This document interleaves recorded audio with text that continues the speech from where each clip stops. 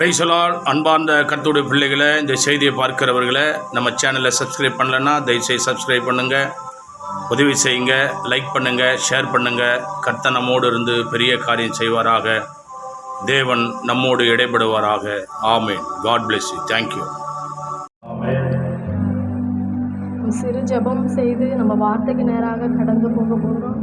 இசப்பா தகப்பனே, இந்த நாளில் கூட ராஜா எங்களை இந்த இடத்துல நிற்க வைத்த உம்முடைய கிருபைகளுக்காக உமக்கு நன்றி ராஜா. தகுதி இல்லாத எங்களை ஆண்டவரே மட்டுமாய் தகுதியோடு நிற்க வைத்த கிருபைகளுக்காக நன்றி தகப்பனே.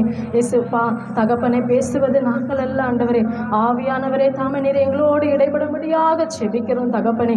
அநேக வெளிப்பாடுகளை கற்றுத்தரும்படியாக செபிக்கிறோம் தகப்பனே. இசப்பா ஆண்டவரே தகப்பனே, அப்பா ஆண்டவரே உம்முடைய கரத்தில் எங்களை தாழ்த்துகிறோம் ராஜா. கொடுத்த அப்பா அந்த வார்த்தை கொடுத்த போதகரே கூட ஆண்டவரே உடைய கரத்தில் ஒப்பு கொடுக்கிறோம் ராஜா. எல்லாவற்றையும் தூய கரத்தில் ஒப்பு கொடுக்கிறோம். இயேசு மூலம் ஜெபிக்கிறோம் ஜீவனுள்ள நல்ல பிதாவே. குப்பையான என்னை கோபுரத்தில் வைத்தீரே, உதவாத என்னை உமக்காய் தெரிந்தீரே. குப்பையான என்னை கோபுரத்தில் வைத்தீரே, உதவாத என்னை உமக்காய் தெரிந்தீரே. நீங்க தான் எல்லாமே சப்பா, என்னே சப்பா, உம்மை விட்டா யாரும் இல்லப்பா. நீங்க தான் எல்லாமே சப்பா, என்னே சப்பா, உம்மை விட்டா யாரும் இல்லப்பா. குப்பையான என்னை கோபுரத்தில் வைத்தீரே, உதவாத என்னை உமக்காய் தெரிந்தீரே. கலங்கின எனக்கு ஆறுதல் அளித்தீரே, கண்ணீர் விடும் எனக்கு கிருபை தந்தீரே. கலங்கின எனக்கு ஆறுதல் அளித்தீரே, கண்ணீர் விடும் எனக்கு கிருபை தந்தீரே. சோர்ந்து போயிருந்தேன் அப்பா, என் ஏசப்பா, சோகங்களை தீர்த்தீரப்பா. சோர்ந்து போயிருந்தேன் அப்பா, என் ஏசப்பா, சோகங்களை தீர்த்தீரப்பா. குப்பையான என்னை கோபுரத்தில் வைத்தீரே, உதவாத என்னை உமக்காய் தெரிந்தீரே. தனிமையில் எனக்கு துணையாய் நின்றீரே, அனாதை எனக்கு அடைக்கலம் தந்தீரே. தனிமையில் எனக்கு துணையாய் நின்றீரே, அனாதை எனக்கு அடைக்கலம் தந்தீரே. தாகத்தால் தவித்தேனப்பா, என் ஏசப்பா, ஜீவ தண்ணி தந்தீரப்பா. தாகத்தால் தவித்தேனப்பா, என் ஏசப்பா, ஜீவ தண்ணி தந்தீரப்பா. குப்பையான என்னை கோபுரத்தில் வைத்தீரே, உதவாத என்னை உமக்காய் தெரிந்தீரே. நீங்க தான் எல்லாமே சப்பா, என் ஏசப்பா, உம்மை விட்டா யாரும் இல்லப்பா. நீங்க தான் எல்லாமே சப்பா, என் ஏசப்பா, உம்மை விட்டா யாரும் இல்லப்பா. ஹல்லேலூயா. நன்றி நன்றி. எனக்கு கொடுக்கப்பட்ட வார்த்தை, மூன்றாவது வார்த்தை, யோவான் 19வது அதிகாரம் 26வது வசனம் 27 வசனம், 2 வசனத்தில். அப்பொழுது இயேசு தம்முடைய தாயையும் அருகே நின்ற தமக்கு அன்பார்ந்த சீசனையும் கண்டு தம்முடைய தாயை நோக்கி, ஸ்திரியே, அது ஒரு மகன் என்றார். பின்பு அந்த சீசனை நோக்கி, அது உன் தாய் என்றார். அந்நேரம் முதல் அந்த சீசன் நம்மை தன்னிடமாக ஏற்றுக்கொண்டார். ஹல்லேலூயா. ஆமென். இயேசு சிலுவையில் கொடூரமான தண்டனையில அவர் அனுபவித்துக் கொண்டிருந்தார். அவருடைய சிலுவையில அவர்கள் சிலர் நின்று கொண்டிருக்கிறதை நம்ம பார்க்கிறோம் வேதத்துல. அவரை அவமானமாய் பேசினவர்கள் அநேகர் நின்றிருந்தாங்க. பரியாசம் செய்து மகிழ்ந்தவர்கள் அநேகர் அங்கே நின்றிருந்தாங்க. கசப்பான வார்த்தைகளை அள்ளி வீசினவர்கள் சிலர் அங்கே இருந்தாங்க. ஆனாலும் அந்த இழிவான சொற்களிலும் ஏசப்பா அந்த சிலுவையில பார்க்கிறாரு. ஒவ்வொரு உள்ளத்தையும் அவர் என்ன பண்றாரு பார்க்கிறார். அப்போ அந்த சிலுவையில அந்த அருகே அந்த தாயாரும் அவருக்கு அன்பா இருந்த சீஷரும் யோவானும் அங்க நிக்கிறதை நம்ம பார்க்கிறோம். அப்போ ஏசப்பாவை வந்து சேவைக்காரங்களாம் பிடிக்க வரும் பொழுது, அப்போ எல்லாருமே தான் சிதறி போயிட்டாங்க. யோவானு தான் என்ன பண்ணிட்டாரு போயிட்டாரு. அப்போ அப்போ திரும்பி மனம் திரும்பி அவர் என்ன பண்ணியிருக்காரு, அவர் அன்பை பார்த்து அவர் வந்து இந்த சிலுவையில அவரை பார்த்து கொண்டு அந்த தாயின் உள்ளம் பாருங்க, மரியாதை அம்மா தாயின் உள்ளம் எவ்வளவாய் கொடிய வேதனைப்பட்டு கொண்டிருக்கிறது நம்ம பார்க்கிறோம். அப்ப அந்த உள்ளம் தலைவரை நம்மளை இந்த உலகத்தை மீட்க வந்த தலைவரை அடித்துட்டாங்களே என்று அவங்க மன கசந்து 10 மாதம் சுமந்து பெற்ற அந்த தாயின் உள்ளம் எவ்வளவாய் வேதனைப்பட்டிருக்கோம் பாருங்க. நம்மளுடைய பிள்ளைங்க சின்னதா அடிபட்டிருந்தாலும் அதுங்க தூங்கும் போதெல்லாம் நம்ம ஐயோ எப்படி அடிபட்டுச்சு, அந்த வலி எப்படி தாங்கிக்கும். ஆனாலும் அந்த தாயின் உள்ளம் எப்படியாய் அப்போ எந்த நிலைமையில இருந்திருக்கோம் பாருங்க. நம்மளுடைய சிந்தனையில அநேக பாவங்கள் சூழ்ந்ததுனால அவருக்கு முள்முடியை ஏற்றுக்கொண்டார். நம்ம செய்த பாவங்களுக்கா, நம்மளுடைய கைகள் செய்த பாவங்களினால அவர் ஆணிகள் அடிக்கப்பட்டது. அவர் எங்கெல்லாம் அற்புதம் செய்தார், அந்த கையில எவ்வளோ அற்புதம் செய்திருப்பார். குருடரை பார்க்க வைத்தார், செவிடரை கேட்க வைத்தார், எவ்வளோ அற்புதம். கூனியா இருந்த ஸ்திரியை நிமிர வைத்தார், எவ்வளோ அற்புதம் செய்தார். ஆனாலும் அப்ப அந்த தாயின் உள்ளம் பாருங்க எவ்வளோ அற்புதம் செய்திருப்பாரு. ஆனாலும் அந்த தாயின் உள்ளம் வந்து எவ்வளோ வேதனைப்பட்டிருக்கேன். என் மகனை இப்படியாய் கொடூரமாய் அவர் முகம் கூட என்ன பண்ணலையாம், அடையாளம் தெரியலையாம். அவருடைய கண்கள் அந்த கண்கள் வந்து மங்களாயிடுச்சான். அப்போ எந்த அளவுக்கு அவருடைய சரீரத்திலிருந்து எவ்வளோ ரத்தம் வடிந்திருக்கும் பாருங்க.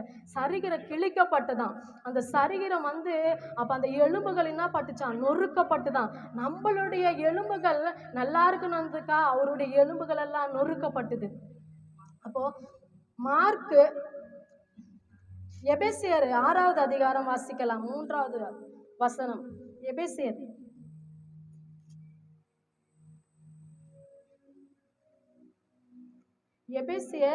6வது அதிகாரம் 3வது வசனம் வாசிக்கலாம்.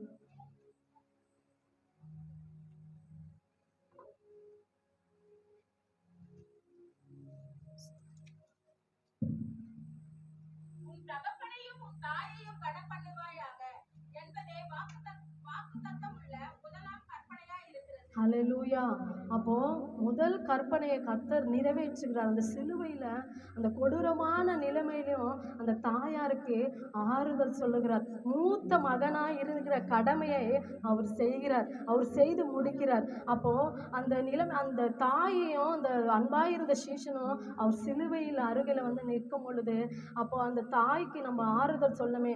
அப்போ சூசையப்பர், அவர் தந்தையா இருந்த சூசையப்பர் மறித்துட்டார் நம்ம பார்க்கிறோம். அந்த தாயை நம்ம தனியா விட்டுட்டு போறோமே என்று அவரு கசந்திருப்பாரு.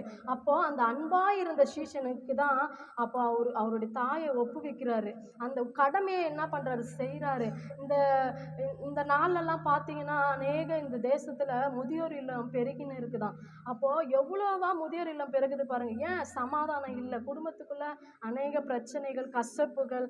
ஏன் நம்மளை பெத்தெடுத்த தாய் நம்மள என்ன பண்ணோம், அவங்களுக்கு செய்ய வேண்டிய கடமையை நம்ம செய்யணும். இப்போ பார்த்தீங்கன்னா அந்த காலத்துல பார்த்தீங்கன்னா நம்ம மார்க்கு 7வது அதிகாரம் 10வது வசனம் வாசிக்கலாம். மார்க்கு 7ஆம் அதிகாரம் 10வது வசனம் 11வது வசனம் 2 வசனம். எப்படி உன் தகப்பனையும் தாயும் மனமன்மையாக என்றும் தகப்பனையாவது தாயாவது இருக்கிறவர்கள் கொல்லப்பட வேண்டும் என்றும் மோசே சொல்லியிருக்கிறாரு. நீங்களோ ஒருவன் தன் தகப்பனையாவது தாயாவது நோக்கி உனக்கு நான் செய்யத்தக்கதான உதவி ஏது உண்டோ அதை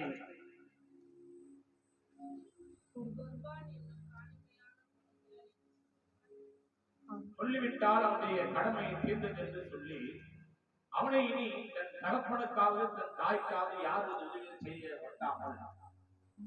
ஹல்லேலூயா. அப்போ வந்து பழைய ஏற்பாட்டில் பார்த்தீங்கன்னா அப்போ தாயை என்ன பண்ணுவாங்களா, அந்த ஆசாரியரிடத்துல கூட்டிட்டு போயிட்டு அந்த கொர்பான் என்னும் காணிக்கையை அவங்க செலுத்திடுவாங்க. அந்த செலுத்தும் பொழுது அவங்க வந்து எதுவுமே கேட்க முடியாதான். அவங்க தான் வந்து எல்லாமே பார்த்துக்கிற மாதிரி, அந்த ஆசாரிகள் தான் வந்து அந்த தாயும் தகப்பனையும் பார்த்துக்கிற மாதிரி. அவங்களுக்கு அந்த காணிக்கை பெட்டியில் அந்த காணிக்கையை செலுத்திடுவாங்களாம். அவங்க எதுவுமே பேச முடியாதாம், அந்த தகப்பனும் தாயும் எதுவுமே சொல்ல முடியாதாம். அப்போ அந்த நிலைமையில கூட பாருங்க, இயேசு பொறுப்பாக இருந்திருக்கிறாரு, பராமரிப்பாக இருந்திருக்கிறாரு, ஆறுதலாக இருந்திருக்காரு. அவங்க தாய் மேலே வைத்த அன்பு நிமித்தம் அவர் என்ன பண்ணுறாரு, அவங்களுக்கு ஒரு உறவை ஏற்படுத்துகிறார். அந்த சிலுவையில் அருகே நின்றவர்களுக்கு தான் சிலுவையினுடைய நாதருடைய சத்தம் கேட்குமா.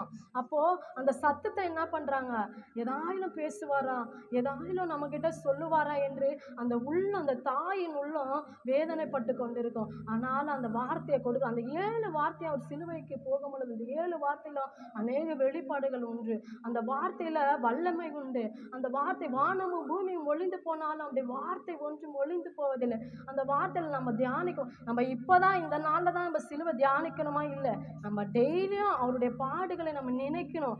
அப்பதான் வந்து இந்த பாவத்தை நம்ம என்ன பண்ணணும், பாவம் நிறைந்த உலகத்துல நம்ம ஜெயிக்க முடியும். நம்ம பாட்டுல சும்மா இருப்போம், எங்கிருந்து தான் சாத்தான் வருவானே தெரியாது. நம்ம வாயை புடுங்கிறதுக்கு எப்படியாவது நம்ம மனசை எப்படியாவது திசை திருப்ப பார்ப்போம். எப்படியாவது என்னடா நம்ம இதை மாதிரி பேசலையே, நம்ம இதை மாதிரி நம்ம கம்மன் தானே இருக்கிறோம், எப்படி இந்த பிரச்சனை நம்ம கிட்ட வருது. அப்போ நாள்தோறும் நம்மளுக்கு என்ன இல்லை, உபத்திரம் உண்டு இந்த உலகத்துல. அதை மேற்கொள்ளணும்னா ஒரு பாடுகளை என்ன பண்ணணும், தியானிக்கணும். அவருடைய பாடுகளை தியானிக்க அந்த பாவத்திலிருந்து நம்மளை என்ன பண்ணாரு, விடுதலையாக்குவார். உன் தகப்பனையும் உன் தாயும் முதலாவது கனம் பண்ணுவாயாக. முதல் கற்பனையே அதுதான். அப்போ நம்ம இந்த உலகத்துல நம்ம தகப்பனையும் தாயும் கனம் பண்றோமா, நம்ம ஒரு நிமிஷம் சிந்தித்து பார்க்கணும். நம்ம சின்ன வயிற்றுல சுமந்ததுலேருந்து வளர்க்குற வரைக்கும் எவ்வளோ பார்த்து நம்மளுக்கு உடம்பு சரியில்லைன்னா எந்த ஹாஸ்பிட்டலில் போனால் நம்ம குழந்தை நல்லாவா, எவ்வளோ செலவானாலும் பரவாயில்ல, என் பையனை சுகமாக்குங்க என்று தாயும் சொல்லுவாங்க. என் பிள்ளையை சுகமாக்கணும், எப்படியாவது சுகமாக்கணும், இந்த வியாதி தொடக்கூடாது, இந்த பலவீனம் தொடக்கூடாது. எந்த கோயிலாக போய் என்ன பண்ணுவாங்க, மொட்டை அடிப்பாங்க, காது குத்துவாங்க. இந்த உலகத்தில் நம்ம பார்க்குறோம், நம்ம மேலே எவ்வளோ அன்பு வைத்திருப்பாங்க. ஆனாலும் பெருசாக அவங்க என்ன பண்ணுவாங்க, ஒரு வேளை சாப்பாடு இல்லைன்னா கூட குழந்தை வரமே, அது சாப்பிட்லையே, அது சாப்பிடணும், தான் வயிற்றை கட்டி வாயை கட்டி என்ன பண்ணுவாங்க, அதுங்களுக்கு சேர்த்து வைப்பாங்க. அதுங்களுக்கு சாப்பாடு இல்லைன்னா சாப்பாடு போடுவாங்க. ஆனால் அதுங்க பெருசாகிட்டா நம்மளை என்ன பண்ணிடுதுங்க, ஒதுக்கிடுதுங்க. எதனா ஒரு மாத்திரை வாங்கினா கூட எதிர்பார்த்து அந்த மாசத்துல அவங்களுக்கு செய்யணும்னா அந்த கடமையை நம்ம செய்யணும். நம்மளை பெற்று எவ்வளோ வளர்த்தாங்க. நம்ம என்ன பண்ணுறோம், நம்ம தாய்க்கு உடம்பு சரியில்லை, எங்கே கவர்மெண்ட் ஹாஸ்பிட்டல் இருக்குது, எங்கே ஃப்ரீயாக பார்க்குறாங்க, அங்கே போய் பார்க்கலாம். ஆனால் நம்ம வந்து நம்மளை பார்த்ததெல்லாம் வந்து ப்ரைவேட் ஹாஸ்பிட்டலு, அவங்கள பார்க்குறது கவர்மெண்ட் ஹாஸ்பிட்டலு. கவர்மெண்ட் ஹாஸ்பிட்டலில் எதனா பார்ப்பாங்களா, சரியா எதுவுமே பார்க்க மாட்டாங்க, ஒரு கேர்லெஸ்ஸாக இருப்பாங்க.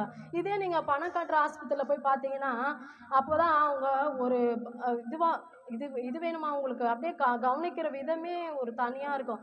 இதே பென்ஷன் வாங்குற தாயாராக இருந்தால் அந்த மாதத்தை முழுவதும் பார்த்துன்னே இருப்பாங்க. அந்த பைசா காலி ஆகிற வரைக்கும் அந்த தாயை எப்படி கவனிக்கலாம், எப்படி பார்க்கலாம். ஒரு பணத்துக்காக ஒரு தாயை பார்க்க அப்படி இல்லை, ஒரு அன்பு. நம்மளை சுமந்தாங்க, எவ்வளோ நம்மளை எறும்பு அண்டாத, எந்த வியாதியும் தொடாத, எந்த பலவீனம் தொடாத, எதுவும் தொடாத நம்மளை எவ்வளோ பாதுகாத்து வராங்க. ஒரு உடம்பு சரியில்லைனா கூட்டின்னு போகிறதுலேருந்து, ஒரு நல்லது கெட்டது நம்மளுக்கு பண்ணுறதுலேருந்து நம்மளை பார்த்து பார்க்குறாங்க. அப்போவும் அந்த தாயின் உள்ள வந்து நம்ம வந்து மனக்கசந்து விடாதபடிக்கு நம்ம அவங்கள வந்து பராமரிக்கணும். அவங்க போகிற வரைக்கும் அவங்கள என்ன பண்ணணுமா, அவங்க சந்தோஷமாக வைத்து, அவங்க உள்ளத்தில் என்ன நினைத்திருக்காங்க நம்மளுக்கு தெரியாது. நம்ம அவங்கக்கிட்ட பேசணும். நம்ம மனம் விட்டு நம்ம பிள்ளைகிட்ட பேசுகிறோம், நம்ம கணவர்கிட்ட பேசுகிறோம், அநேக ஃப்ரெண்ட்ஸுக்கிட்டலாம் பேசுகிறோம். நம்ம தாய்கிட்ட பேசுகிறோமா, நம்ம அப்பா கிட்ட பேசுகிறோமா. அப்போது நம்ம அவங்களுடைய உள்ளம் எதுவோ, அந்த தாயின் உள்ளம் எதுவோ, தகப்பன் இல்லாத கணவர் இல்லாத நிலைமையில் அவங்க என்ன எதிர்பார்க்குறாங்க, அவங்க என்ன ஒரு சூப்பர் புது ட்ரெஸ்ஸாக கேட்க போகிறாங்க, இல்லை ஒரு ஹோட்டலுக்கு போகணுன்னு கேட்க போகிறாங்களா, இல்லை, ஏதோ அவங்க மனசில் நினச்சின்னு இருப்பாங்க. அவங்கள பாருங்கள், நீங்கள் ஆயுசு நாட்கள் உங்களுக்கு கூடணும்னா உன் தாயும் தகப்பனையும் கனம் பண்ணுவாங்க என்று எழுதியிருக்கிறது. அந்த கட்டளைப்படியே அவர் என்ன பண்ணணும், பாதுகாத்து. யோவான் பார்த்தீங்கன்னா அவர் மார்பில சாய்ந்தவர். அவர் அநேக இயேசப்பா அற்புதம் செய்யும்போது அவர் கூட இருந்தவர். எவீரின் மகள் மரித்த பொழுது அந்த இடத்துல இயேசப்பா கூட அப்போ யோவான் இருந்திருக்கிறாரு. அப்போ அப்பம் பிட்டு அந்த பந்தி இருக்கும்போது 12 சீடர்களும் அப்போ மார்பேல சாய்ந்தவரா யோவான். அப்போ அந்த ஏசப்பா சொல்வார், உங்களில் ஒருவன் என்னை காட்டி கொடுக்க போகிறான் என்று. அப்போ அந்த அந்த சீடர்கள்லாம் ஐயப்படுவாங்களாம் கேட்கறதுக்கு, யாரா இருக்க கேட்க. அப்போ சீமோன் பேதுரு என்ன பண்ணுவாரா, யோவான் கிட்ட சைகை காட்டுவாராம். கேளு அப்படின்ட்டு சைகை காட்டும் போது, அப்போ யோவான் தைரியமா என்ன பண்ணுவாராம், ஏசப்பா யாரு உங்களை காட்டி கொடுக்க போறா, யார் அப்படின்னு கேட்கும் பொழுது ஏசப்பா அப்போ சொல்லுவாராம், உன் துணி கந்தையே நான் யாருக்கிட்ட அந்த இது சுத்தி தரேன்னா அப்போ தைரியமா இருந்தவர் தான் யோவான். ஏசுக்கு எவ்வளவு அன்பா இருந்திருப்பாரு பாருங்க. அந்த அன்பான பின் அவரு அவரு போயிட்டாலும், ஆனாலும் அவர் திரும்பி அந்த சிலுவையில அந்த என்ன ஏசப்பா எவ்வளவு அற்புதம் செஞ்சாரு அப்படின்ட்டு அந்த அவர் செய்த அற்புதங்களை நினைத்து அந்த சீடர் என்ன பண்றாரு, வந்து நிற்கிற அந்த தாயோட. இயேசுவுக்கு தாயா இருந்த யோவான் எவ்வளவு பெரிய ஒரு அற்புதத்தை பெற்றான்னு பாருங்க. அவர் அந்த இடத்துல காட்சி கொடுக்கிறார் ஏசப்பா. இதோ உன் உன் தாய் என்று அவர்கிட்ட என்ன பண்றாரு, ஒப்பு கொடுக்கிறாரு. அந்த தாய்க்கு கடைசியில ஆறுதல் படுத்துகிறார். நம்ம அநேக நாட்கள்ல நம்ம தாய்களை என்ன பண்றோம், தள்ளிடுறோம். எங்க அம்மாவை கூட எங்க அப்பாவை கூட அநேக நான் ஃபோன் பண்ணி கேட்பேன், எப்படிப்பா இருக்கிறீங்க. எங்க அம்மா பேச முடியாது, வாய் குளரும். அப்போ எங்கள் அண்ணன்கிட்ட கேட்பேன், அம்மா எப்படி இருக்கிறாங்க, அப்பா எப்படி இருக்கிறாங்க அப்படின்னு. இல்லை, அவங்க வந்து பாத்ரூம் வந்து போயிடுறாரு அப்பா, பெட்லேயே உள்ளே போயிடுறாரு, சொல்ல மாட்டுறாரு. நான் சொன்னேன், அவங்களுக்கு அந்த சூழ்நிலை அந்த தெரியாத மனநிலைமையில் இருக்கிறாங்க. நீங்கள் கூட தான் குழந்தையில பாத்ரூம் போயிட்டு இருப்பீங்க, அவங்க அள்ளி போட்டிருப்பாங்க. அவங்க அவங்க மருமக வந்து சரியா எங்கள் அண்ணி தான் பார்த்துக்க மாட்டாங்க. அப்படியே அவரை வந்து அப்படியே திட்டுறது, ரொம்ப இழிவான வார்த்தைகளை பேச அவரை வெளியே நிற்க வைக்கிறது, அதெல்லாம் செய்வோம். எங்கள் ஊருக்கு போனாவே அநேகர் எங்கள் தெருவில் சொல்லுவாங்க, அம்மா இதை மாரிலாம் பண்ணுதுமா அவங்க அண்ணி, இதை மாரிலாம் பண்ணுதுமா அப்படின்ட்டு. நான் ஏசப்பா கிட்ட சொல்லுவேன், ஏசப்பா அவங்க சித்தம் எதுவும் ஆண்டவரே, ஏசப்பா இந்த பூமியில் ஆண்டவரே அவங்க நாட்கள் எது வரைக்கும் இருக்குது எனக்கு தெரியாதுப்பா, அவங்க அது மாதிரிலாம் கஷ்டப்படுறாங்க, எப்படிலாம் இருந்தாங்கன்னு எனக்கு தெரியும் ஏசப்பா. அவங்கள வந்து ஏசப்பா நீ உன் சித்தம் எதுவோப்பா, அவங்க கஷ்டப்படக்கூடாதுப்பா ஆண்டவரே, உன் சித்தம் எதுவோ நிறைவேறட்டும் தான் ஏசப்பா. அப்படிதான் ஜெபம் பண்ணுவேன். எங்கள் அண்ணன்கிட்ட கூட சொல்லுவேன், அவங்களெல்லாம் வந்து மன கஷ்டம் மாரி திட்டாதீங்க, அடிக்காதீங்க. அவங்க ஒரு குழந்தை மாரி, அவங்கள நல்லா பார்த்துக்குங்க, கடைசி வரைக்கும் பார்த்துக்கோங்க. அவங்க இருக்கும் போது அவங்களுடைய அருமை தெரியாது, அவங்க இல்லைன்னா தான் அந்த இடத்துல கஷ்டம் நம்மளுக்கு தெரியும். அப்போ அந்த கடைசி நிலைமையில கூட கர்த்தர் அந்த மனுஷனா தான் பூமிக்கு வந்தார். மனுஷனை தான் அவர் இன்னும் செய்ய முடியல, அவரால் எல்லாமே செய்தார். எல்லாத்தையும் மனுஷன் இன்னும் செய்வானா, அவர் கடவுளா இருந்து செய்தார், ஒரு அற்புதங்கள் செய்தார். என்னை போலவே நீங்கள் பிசாசுகளை வேட்டுவீர்கள், நோய்களை சுகமாக்கின. அப்போ அது போல நம்ம செய்யறோமா, அவருடைய கற்பனைகள் நம்ம கீழ்படுகிறோமா, நம்ம தாயும் தகப்பனையும் முதலாவது கனம் பண்ணணும். அவங்க இப்போ என்ன பண்ணுறாங்க, அநேக அநாத ஆசிரமம் பெருகி கொண்டு இருக்குது அந்த சென்னையில். அப்போ அந்த எவ்வளோ அந்த உள்ளே போய் கேட்டிங்கன்னா எவ்வளோ அவங்களுடைய வேதனைகளை யாருன்னா கேட்க மாட்டாங்களா, என்னுடைய பிரச்சனை யாருன்னா கேட்க மாட்டாங்களா அப்படின்ட்டு அவங்க உள்ள எவ்வளவா இருக்கும் பாருங்க. அப்போது அவங்க இருக்கும் போது தான் அந்த அருமை தெரியும். அவங்க இல்லைன்னா நம்ம எவ்வளோ வேதனைப்படுவோம் தெரியுமா. ஒரு விதத்துலனா அவங்களுக்கு நம்ம பிரயோஜனமாக இல்லைன்னா கூட ஒரு விதத்தில் ஐயோ இவங்க இந்த அம்மா இருந்திருந்தா இந்த இடத்துல நல்லா இருந்திருக்குமே யோசிக்க தோணும். அப்பா இருந்திருந்தா இந்த இடத்துல. அப்போ இருக்கிற வரைக்கும் அவங்கள என்ன பண்ணோம், நம்மளுக்கு பலம் இருக்கு, அவங்களுக்கு பலன் இருக்கிற வரைக்கும் நம்ம பாதுகாத்தோம். அவங்க வயசாகி முடங்கி கிடந்து படுக்கையில் இருந்தாலும் அவங்கள என்ன பண்ணணும், பாதுகாக்கணும். நம்ம குழந்தையா இருக்குங்க, பாத்ரூம் போகும்போது நம்மள அள்ளி போட்டிருப்பாங்க, நம்மளை குளிப்பாட்டி விட்டுருப்பாங்க. அதேமாரி அப்பாவும் அம்மாவும் குளிக்கவே மாட்டாங்க, ஏன்னா அவங்களுக்கு தெரியல, அப்படியே தான் இருப்பாங்க. நான் ஊருக்கு போனாவே 2 பேர் முகத்தில் எப்படி தான் சிரிப்பு வருதுன்னே தெரியாது. அங்கே இருக்கிறவங்களாம் சொல்லுவாங்க, அப்பா இப்போ தான் சகாயமாக மூஞ்சி நல்லா இருக்குதே, இப்போ தான் அவங்க அப்பா மூஞ்சி பேர் கலக்கல்னு இருக்குது அப்படின்னு சொல்லுவாங்க. அப்போ நான் வந்தால் அவங்களுக்கு எங்கேருந்து தான் அந்த சந்தோஷம். அப்போது என்ன பண்ணுறாங்க, என்ன வேதனைப்படுத்துகிறாங்க எனக்கு தெரியல, என் தேவன் அறிஞர். நான் தான் சொல்லுவேன், நீ நல்லா இருக்கணும்னா, நீ கடன் பிரச்சனைலேருந்து நீ விடுதலை உனக்கு வேணும்னா, நான் என்ன சொல்கிறேன்னா, நீ உங்கள் அப்பாவை அம்மாவையும் நல்லா பாரு, உனக்கு எந்த பிரச்சனையும் வராது, உனக்கு வியாதியே வராது, உனக்கு பலவீனம் வரும், வியாதி வரும், அதுலேருந்து ஏசப்பா உனக்கு விடுதலை தரும். முதலாவது அவனுடைய கற்பனைகளை நம்ம கை கொள்ளணும். உன் தகப்பனை ஒரு மாத்திரை வாங்கி கேட்குறாங்களா, ஒரு கால் வலிக்குதுன்றாங்களா, தைலம் தேய்ச்சி விடுங்க. ஏன் நம்ம கணவருக்கு செய்யலையா, நம்ம பிள்ளைங்களுக்கு செய்யலையா, இல்லை அவங்க நம்மளுக்கு செய்யலையா, நம்மள அனாத ஆசிரமத்தில் விட்டுருந்தா நம்ம இங்கே வந்து நின்று இருப்போமா? இல்லை. நம்ம ஆனாலும் எவ்வளோ பெத்த தாய்ங்க விட்டுடுறாங்க. ஆனாலும் அவங்க என்ன பண்ணுறாங்க, நம்மளை வந்து பாதுகாத்து இது வரைக்கும் கட்டி கொடுத்து பராமரித்து நம்மள வழி நடத்துறாங்க. அந்த நிலைமையிலயும் பாருங்க, அவங்க எவ்வளோ வீட்டு வேலை செஞ்சு, சில பேர் வீட்டு வேலை செஞ்சு எவ்வளோ எது சேர்த்து வைக்கலாம், எப்படி சேர்த்து ஏன் பிள்ளைங்களுக்கு பிள்ளைங்களே தான் பார்க்குறாங்க. கணவரை கூட என்ன பண்ண மாட்டாங்க, பார்க்க மாட்டாங்க. பிள்ளைங்கள நம்ம பெத்த என் பிள்ளைய யாரும் ஏதோ சொல்லிடக்கூடாது, யாரை திட்டிடக்கூடாது, யாரை வேதனைப்படுத்தக்கூடாது. எதனா ஒரு அடிப்பட்டோன்னா அப்போ அப்படியே பதறி போயிடும். அப்போ வயசான நிலைமையில் அவங்க கிடக்கும் போது அந்த நம்மளுக்கு அந்த அக்கறை வரணுங்க. அவங்கள விட்டுறக்கூடாதுங்க. அவங்கள பாதுகாக்கணும். கடைசி வரைக்கும் அவங்கள எது உடம்பு சரியில்லையா ஆஸ்பத்திரிக்கு இட்டுன்னு போங்க. அவங்க எதுனா சாப்பிட விரும்புகிறாங்களா வாங்கி கொடுங்க. உங்ககிட்ட இல்லைன்னா கூட எங்கள் கடனாக வாங்கி அவங்கக்கிட்ட கொடுத்துருங்க. அதுதான் எனக்கு ஒரு பெரிய உன் தகப்பனே உன் தாயும் கனப்பண்ணு. உன் ஆயுள் நாட்கள் கூடி இருக்கணும்னா உன் தகப்பனே உன் தாயும் கனப்பண்ணு. ஏசப்பா பாருங்க, அந்த பொறுப்பு அவருக்கு இருந்திருக்குது. ஆறுதலான அந்த வார்த்தை, அவருக்கு ஆறுதல் சொல்ல அந்த இடத்துல யாரும் இல்லை. ஆனாலும் அவரு தான் வந்து என்ன பண்றாரு, அந்த கொடிய வேதனையில கூட அவர் என்ன பண்றாரு, ஆறுதல் படுத்துக்கிறார். நம்ம ஏசு அப்படிதாங்க. அவரு வேதனை அவர் பொருட்டா எண்ணாம நம்ம வேதனை நம்ம படுகிற அங்க இருக்கிற சீடர், அங்க இருக்க மரியாதைலாம் அழுவாங்க. எனக்காக அழ வேண்டாம், உங்களுக்காகவும் பிள்ளைகளுக்காக அழுங்கள் என்று ஏன் சொல்றாரு.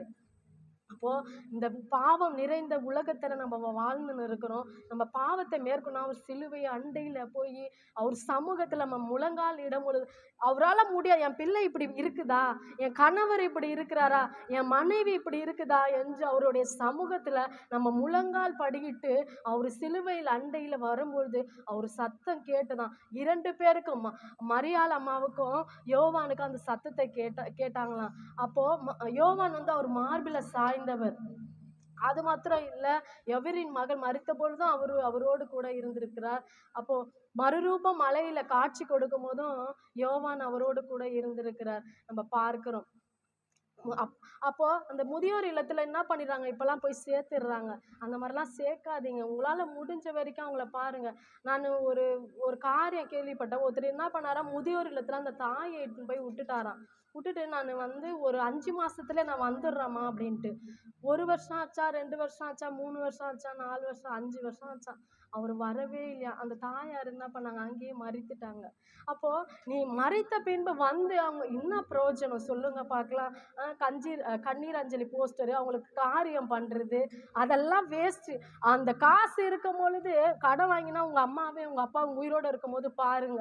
நான் அதுதான் சொல்லுவேன். எங்க அண்ணன் கிட்ட அங்க இருக்கிறவங்களாம் சொன்னாங்க, காரியம் செய்யக்கூடாதாம்மா உங்க அப்பாவுக்கு உங்க அம்மாவுக்கு, பெரியவங்களாச்சு வீட்டுல. எனக்கு காரியம் வேணாம், எனக்கு ஒன்றும் வேணாம். அவங்க உயிரோடு இருக்கும் போதே அவங்க பார்க்கல. இப்போ கடன் வாங்கி செஞ்சு அவங்களுக்கு அந்த பாவம் சேர்க்க தேவையில்லை. அவங்கள வந்து எதுவும் அவங்க பண்ண தேவையில்லை. சும்மா சிம்பிளாக அவங்க ஏதோ செய்யணும்னு தோன்றாங்க, பூசை ஏதோ வைக்கிறேன்னு சொல்கிறாங்க, விற்கிட்டோம். எதுவும் அவங்க செய்ய தேவையில்லை. எங்கள் அம்மாவுக்கு நான் வந்தேன்னா எங்கேருந்து வரேன்னு தெரில, சிரிப்பு அப்படி முகத்தில் சிரிப்போடு தான் இருப்பாங்க. நான் ஊருக்கு போகும்போது எங்கள் அப்பா அழுவார், ஏம்மா என்னை விட்டு போகாத, நானும் உங்க கூட வந்துடுறேன். எப்பா நான் வரேன்ப்பா, மாதம் நான் வந்து உன்னை பார்க்குறேன்ப்பா அப்படின்னு தான் சொல்லிட்டு வருவேன். எனக்கு ஒரே ஒரு இதுதான், எங்கள் அப்பாவையும் எங்கள் அம்மாவையும் என் கூட வச்சு பார்க்க முடியல, அதுதான் ஒரு இதுவே. மற்றபடி அதான் இல்லை. அவங்க தகப்பனை மாமியாரா இருந்தா கூட அவங்கள தகப்பனை போல தாயை போல பாருங்க. குடும்பத்துல பிரச்சனை வரும். நீ அம்மா வீட்டுல சொகுசா இருந்தது போல மாமியார் வீட்டுல இருக்க முடியாது. அன்னைக்கு பிரச்சனைங்க வரும். அந்த சகிப்புத்தன்மை யாருதான் கொடுக்கணும், ஏசப்பா தான் கொடுக்கணும். அவர்கிட்ட வந்தாதான் சகிப்புத்தன்மை. எங்க அம்மாவை சொல்லுவாங்க, அம்மா பொறுமையா இருமா, எதுவுமே யாருமே பேசாத, அவங்க பொறுமையா மாமியார் திட்டினாலும் மாமனார் திட்டினாலும் கணவர் திட்டினாலும் பொறுமையா அவங்க சொல்றாங்கன்னு நான் இருக்க முடியாது. என்னுடைய இதுதான் அங்கே காட்ட முடியும். அதனால ஏசப்பாயிட்டு வரும்போது அந்த பொறுமையை எனக்கு தந்தார். பொறுமையை தந்தார். எதுவுமே பேசாதபடிக்கு என் வாயை அடைத்தார். பொறுமையா என் கணவர் கூட திட்டுவார். ஃபர்ஸ்ட்லாம் அழுந்துருவேன், அப்படியே படபடன்னு தண்ணி வந்துடும். இப்பெல்லாம் திட்டினாவே இல்லை, சிரிப்பு தான் வருது. ஏன், ஏசப்பா என் கூட இருக்கிறார். எங்க அப்பா எங்க அம்மா இல்லைன்னா கூட என் தகப்பனாக தாயாக அவரு இருக்கிறாரு. எனக்கு எதுவுமே இல்லை, எது தேவையோ ஏசப்பா கிட்ட கேட்டா போதும். அந்த நேரத்துல என்ன பண்ணுவாரு, உதவி செய்வாரு. அந்த நேரத்துல என் ஜெபத்தை கேட்பார்.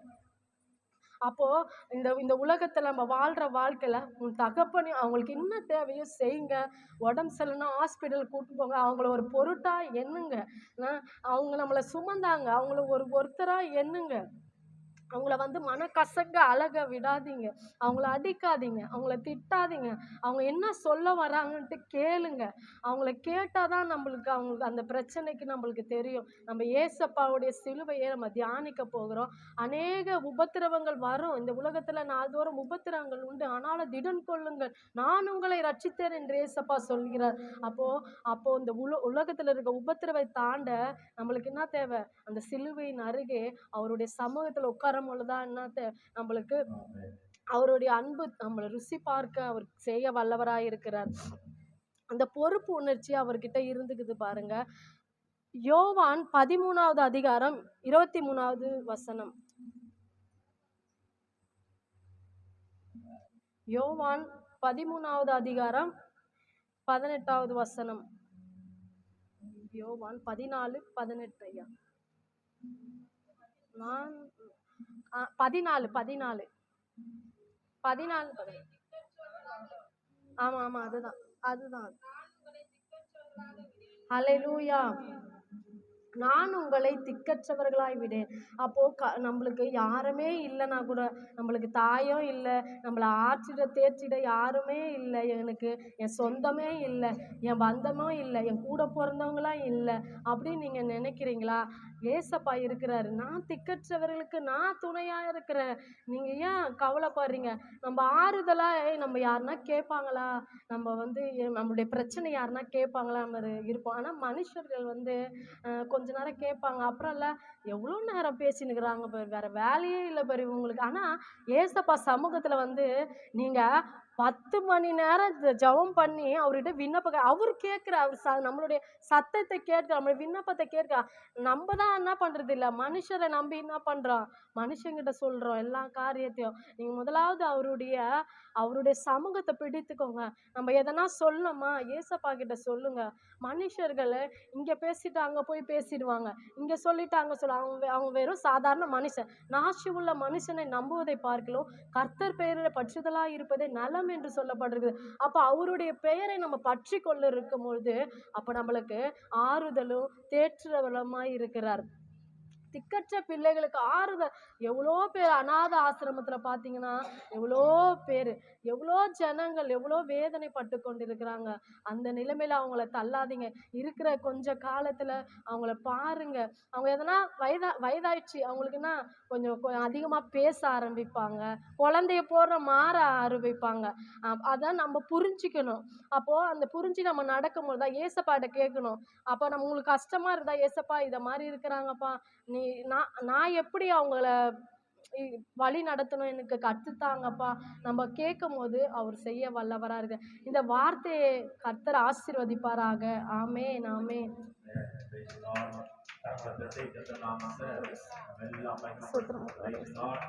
ஆமென் ஆமென்.